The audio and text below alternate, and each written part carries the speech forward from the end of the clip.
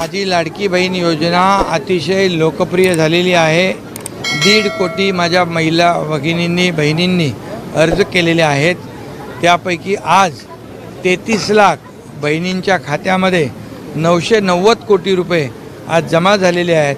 आम्ही trial run सुरू केला आणि ट्रायल रनमध्ये फक्त 1 रुपया न टाकता पूर्णपणे रक्कम त्याच्यामध्ये टाकली। आता उद्याही पैसे जमा होतील।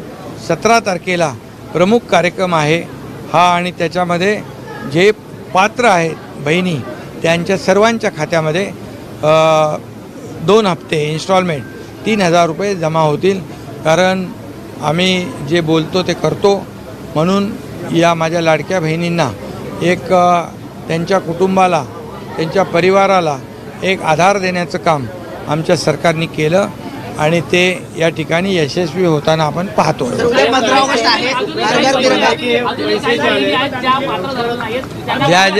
ज्या बहिणीचे कागदपत्र त्याच्यामध्ये त्रुटी असेल, त्या अपात्र असतील, त्यांना त्यांचे कागदपत्र घेऊन त्यांचं व्हेरिफिकेशन केलं जाईल आणि त्यांनाही पात्र केलं जाईल। की लवकरात लवकरचे पैसे खात्यामधून काढावे, कुठेतरी आता ते म्हणत होते की पहिले अगोदर विरोधक खरं म्हणजे त्यांच्या बुद्धीची कीव करावीशी वाटते।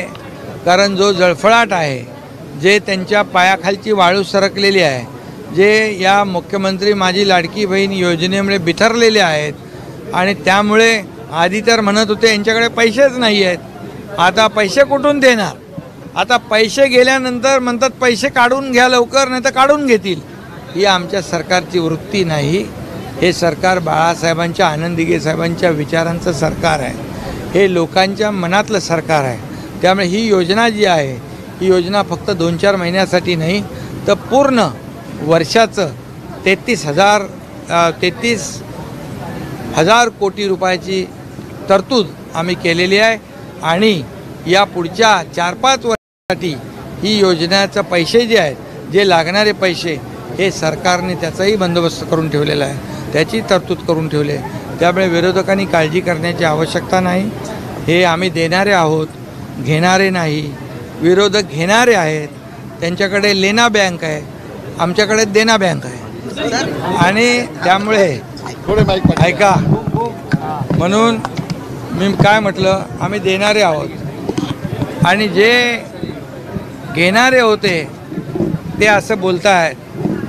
आणि म्हणून माझ्या लाडक्या बहिणींना माझं आव्हान आहे, विनंती आहे की या कपटी सावत्र भावांपासून सावध राहा। हे तुम्हाला पैसे देऊ इच्छित नाहीत, हे कोर्टात गेले योजना बंद करण्यासाठी, पण कोर्टाने न्यायालयाने देखील माझ्या बहिणींच्या बाजूने न्याय दिला आणि म्हणून आता जे म्हणतायत की पैसे लवकर घ्या नाही तर काढून घेतील, तर आधीचं सरकार हे हप्ते घेणारं होतं। आमचं सरकार बहिणींच्या खात्यात हप्ते देणारं आहे।